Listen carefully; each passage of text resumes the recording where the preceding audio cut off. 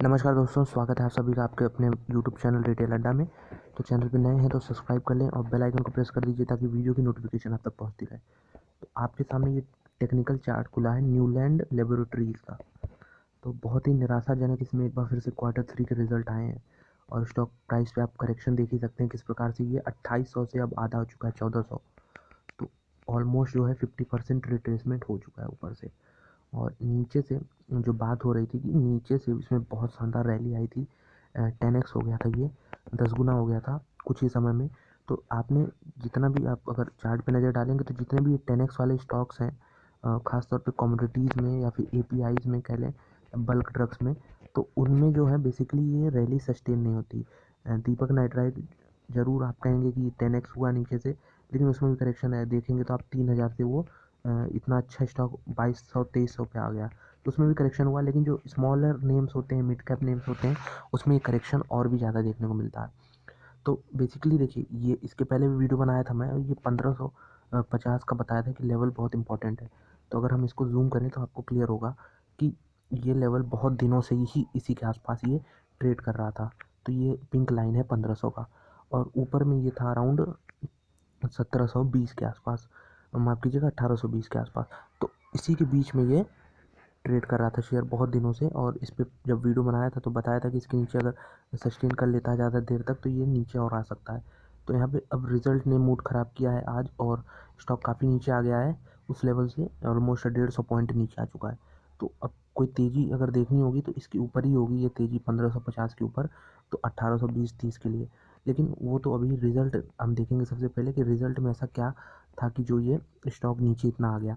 उसके पहले हम फिबोनाकी पे भी देखना चाहेंगे कि स्टॉक में सपोर्ट जो यहाँ पे ट्रेंड लाइन में कहाँ हमें दिख सकता है अगला सपोर्ट।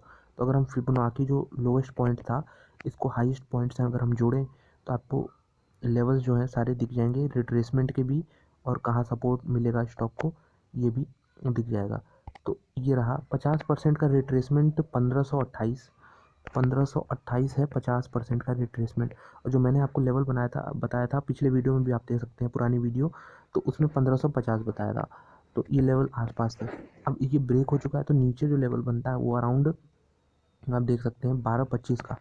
तो 1225 पे एक स्ट्रॉन्ग सपोर्ट है, और यहाँ पे स्टॉक जो है 61-62% का रिट्रेसमेंट पूरा हो जाएगा। हालांकि एक पैनिक लो अगर हम देखें तो पैनिक लो ये अराउंड 1100, माफ़ कीजिएगा 1258 का बन चुका है। तो 1258 और 1225 में ज़्यादा अंतर नहीं है, इसलिए अगर आप 1258 भी मान लें तो 1258 तक अगर स्टॉक फिर से आता है और यहाँ पे इसी जोन में 25 से 58 के बीच में रुकता है, कुछ समय बिताता है, तो फिर से ये ऊपर जाने के लिए तैयार होगा।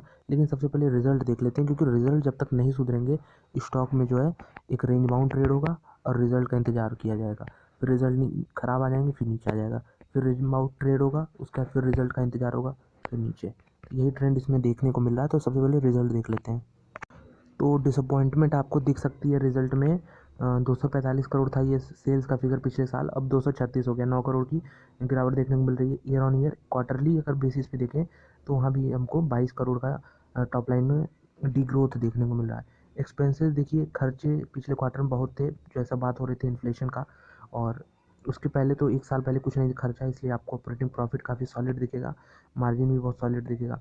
लेकिन अब खर्चे बढ़ रहे थे, लेकिन इस क्वार्टर में हल्के से खर्चे कम किए गए हैं, लेकिन उसका जो टॉप लाइन पे इतना जंप नहीं देखने को मिला। उसकी वजह से ऑपरेटिंग प्रॉफिट जो है 32 करोड़ हो गया है मात्र। 43 करोड़ था ये पहले और 47 करोड़ था एक साल पहले।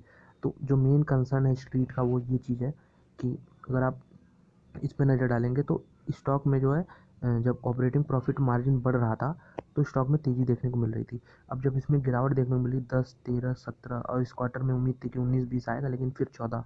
तो ये जो 19 था ये ऑपरेटिंग प्रॉफिट मार्जिन, ये ऐसा लग रहा है कहीं ना कहीं ये हाईएस्ट हो चुका है। अब कंपनी इसको अचीव करने में मुश्किल हो रहा है कंपनी को। तो यहाँ पे डेफिनेटली जो प्रॉफिट मार्जिन का खेल है, और ये अगर 17 के ऊपर टिकता है तो स्टॉक में अच्छी तेज़ी आ सकती है, और इसको सस्टेन करना होगा लगातार। लेकिन अगर चलिए कुछ पॉजिटिव भी बात कर लेते हैं कंपनी के बारे में, तो पॉजिटिव अगर आपको इस क्वार्टर में एक चीज़ देखना हो कि स्टॉक प्राइस में नीचे आ रहा है, रिजल्ट ख़राब आ रहे हैं, लेकिन जो पॉजिटिव अगर आप ढूंढना चाहें तो आपको मिलेगा कि एफआईआईज़ ने लगातार इंडियन मार्केट्स में सेलिंग की है। वो अगर आप क्वार्टर उठा लें अक्टूबर से लेके दिसंबर तक, और इस जनवरी में भी, तो बहुत रिलेंटलेस सेलिंग की है, और उस तरह कंडीशन में इस तरह के स्टॉक्स में उन्होंने पोजीशन बढ़ाई है। आप देख सकते हैं ऑलमोस्ट 1.2% की स्टेक इन्होंने हिस्सेदारी बढ़ा ली है इसके गिरावट का फ़ायदा उठाते हुए न्यूलैंड लेबोरेटरीज़ में। और ऐसा होता है कि जब एफआईआई इंक्रीज़ करते हैं स्टेक तो उनको जो है जनरली डीआईआई सप्लाई करते हैं, लेकिन यहाँ पे देखिए डीआईआईज ने भी स्टेक बढ़ाया है और ऑलमोस्ट आधा % का हिस्सेदारी डीआईआईज ने बढ़ाया है। तो अगर इंस्टीट्यूशन देख लें तो 1.7 के आसपास उन्होंने हिस्सेदारी बढ़ाई है। रिटेल इन्वेस्टर देखिए फ्रस्ट्रेट होकर उन्होंने 2% तक की स्टेक कम की है अपनी। तो यही चीज़ डिफरेंस है। अगर एफआईआई इतने बुलिश हैं तो आज नहीं तो कल ये स्टॉक में डेफिनेटली जो है अपना जो ग्रोथ है 1500-1600 का लेवल तो आराम से आ जाएगा, उसके ऊपर भी फिर से ही जाने को तैयार होगा। तो बिल्कुल एफआईआईज़ का भरोसा अभी भी बना हुआ है, डीआईआईज़ का भरोसा बना हुआ है। पब्लिक थोड़ा वो हो रही है, डेस्परेट हो रही है कि क्यों इसमें लगातार नीचे आ रहा है। तो आपको बिल्कुल जो लेवल बताया हूँ 12-25 के, उसके बाद फिर अगर वो लेवल टूटता है तो फिर नीचे और जो लेवल खुलते हैं उस पर वीडियो बनाया जाएगा, लेकिन 1225 होल्ड करना चाहिए और स्टॉक जो है लॉन्ग टर्म के लिए आप इसको रख सकते हैं। लेकिन इससे भी अच्छे अच्छे स्टॉक्स हैं इस सेक्टर में। अगर आप देखें, अगर स्क्रीनर.com पे ही कंपैरिजन करें उसके पहले हम एक चीज़ देखना चाहेंगे कि जो बढ़िया चीज़ लगती है इस कंपनी के बारे में वो है प्रॉफिट ग्रोथ। देखिए ट्रेलिंग 12 मंथ में इन्होंने 90% के हिसाब से अपनी प्रॉफिट में ग्रोथ दर्ज कराया है। 10 साल का रिकॉर्ड देख लेंगे आप, 10 साल बहुत बड़ा टाइम पीरियड होता है, उसमें हर साल इन्होंने 30% के हिसाब से अपना प्रॉफिट बढ़ाया है। तो जनरली जो प्रॉफिट होता है उतना ही जो है आपका स्टॉक प्राइस में भी कैगर देखने को मिलता है। तो आप देख सकते हैं 35% इन्होंने दिखाया है 10 साल में। तो 35% कैगर बहुत ज़्यादा होता है स्टॉक में और स्टॉक ने अच्छा परफॉर्म किया है। लेकिन जो स्क्रीनर.com पे इसकी इंट्रिंसिक वैल्यू बताई जा रही है वो अराउंड 888 है, तो उसके करीब आ रहा है ये। और 1225 पे भी आपको अगर स्टेबल होता हुआ दिखे वहाँ से फिर आप समझ जाइए कि ये रैली फिर से आगे दे सकता है। तो इसका कंपैरिजन तो सही नहीं होगा डिवीज़ और ग्लैंड फार्मा से, लेकिन अगर आप देखेंगे नंबर्स इसके तो काफ़ी अच्छे हैं। और जो इनका पी रेशियो है वो अराउंड 25 का है, जो कि हायर साइड में है। अगर आप ये जो लो कैटेगरी के स्टॉक्स हैं, मतलब मिड और स्मॉल कैप स्टॉक्स हैं, जुबिलेंट फार्मा नोवा हो गया, ग्रेनुअल्स हो गया, हाइकल हो गया, आरती ड्रग्स, तो इसके कंपैरिजन में इसका पी अभी भी थोड़ा सा ज़्यादा है। लेकिन अगर नंबर सुधरते हैं तो ये डेफिनेटली आउट परफॉर्म कर सकता है इन सभी को। तो न्यूलैंड लेबोरेटरीज़ में आपको Q4 के रिज़ल्ट का वेट करना होगा। अब मेरे ख्याल से Q3 के रिज़ल्ट ख़राब हैं, लेकिन इतनी गिरावट अब उसमें हमें देखने को नहीं मिलेगी। और नीचे जो 1000 का साइकोलॉजिकल लेवल है ये तो डेफिनेटली अब बहुत स्ट्रॉन्ग सपोर्ट की तरह काम करेगा। तो जिन्होंने बहुत ऊपर दाम में ख़रीदा है उनको लॉन्ग टर्म का विज़न बनाना चाहिए 10 साल का। तो इसमें डेफिनेटली आपको अच्छे प्रॉफिट मिलेंगे, क्योंकि मैंने आपको 10 साल का भी दिखाया, इस स्टॉक ने 35% हर साल ग्रोथ दिखाया है। तो आपने हाई प्राइस में ज़रूर ख़रीद लिया, और क्योंकि रनअप जो अनयूजुअल था 10 गुना हो गया था।